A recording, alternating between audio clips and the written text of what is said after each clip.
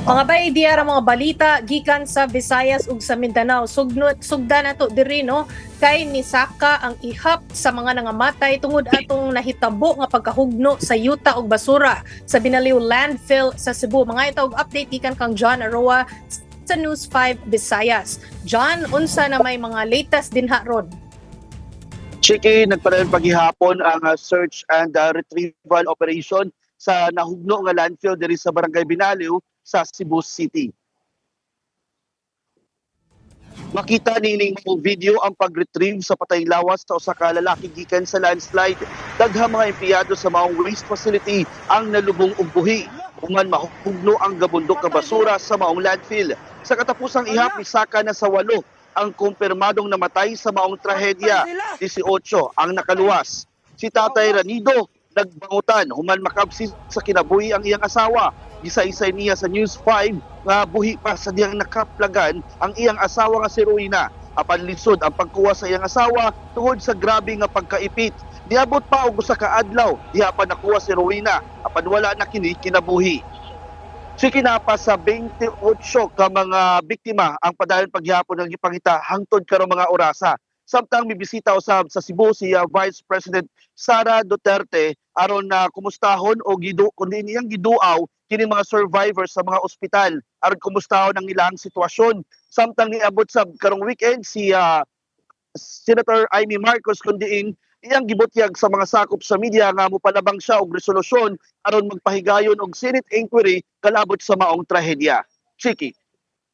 Daghang salamat sa imong update, John Aroa gikan sa News 5 Visayas. Kani mga bay sa laing bahin no, padayon gihapon giistoryahan katong giingon ni Senator Amy Marcos nga improper attire sa sinulog sa dakbayan katong niaging Sabado. Mga tawag update ani gikan kang Dale Israel gikan sa One News Cebu. Dale, na ba update ani?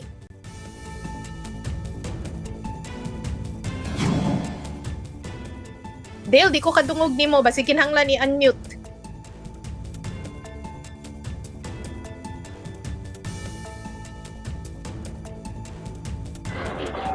Okay, Chiki. Pit senior Chiki. Ana.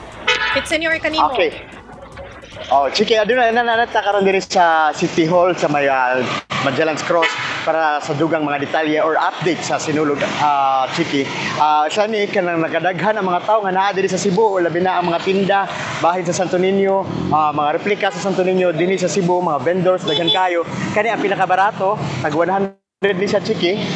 Mo ni sa pinakabarato. Pero ang dugang update pag yun, Chiki, ang dunay 17 ka mga additional dancing contingents ang moapilog sayo karong January 18 sa Dakbayan sa Cebu para sa Sinulog Grand Parade. Matud pa ni Mayor Nestor Archival masayo na magsugod ang Grand Parade karon tuiga mga alas 8 sa buntag hangtod alas 8:30 sa gabi. Sometimes sa naging tuig nasa alas 2 sa hapon na kini nagsugod. Ingon ni Mayor nga dili mahimong problema ang oras tungod kay stricto gyud ang musunod nga musunod sa kalihukan sa gitakdang programa sa sinulog sa kasamtangan Chiki na 30 city ka mga dancing contingents ang andam na magsayaw at ubang sa Maranao sa sinulog Grand Parade. Samantala Chiki, ang imong gipangutana ganina kung na bay update kining pag-adto ni Senator Amy Marcos dito sa Basilica, gipensaan ni Gobernador sa Cebu nga si Pamela Barriquatro yang higala og senador nga si Amy Marcos matapos kini nagsulob og sleeveless nga t-shirt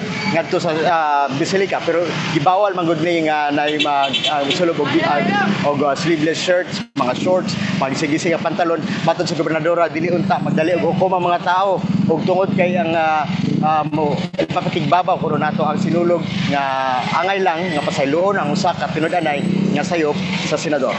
Balik sa mo, Chief. Okay, daghang kayong salamat sa imong mga update. Dale Israel gikan sa One News Cebu o gikan sa Visayas mga tutas Zamboanga mga bay kay adunay usa ka babayi nga gi-hostage sa iyang live-in partner nga Marines kay gasigi siya og TikTok. Base sa investigasyon nagselos kuno ni ang 27 anyos na suspect nga giila nga si Leomar Aquino. Giingong sobra gyud ka-addict sa TikTok ang iyang ka-live-in ug mao ni ang hinungdan sa ilang away.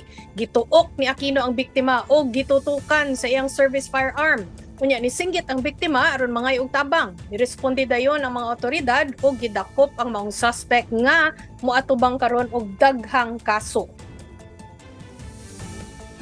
Maoras na ron mga bay, magkuyog na sa taugma para sa mga balita sa Visayas ug sa Mindanao. Ako si Chiki Verhel.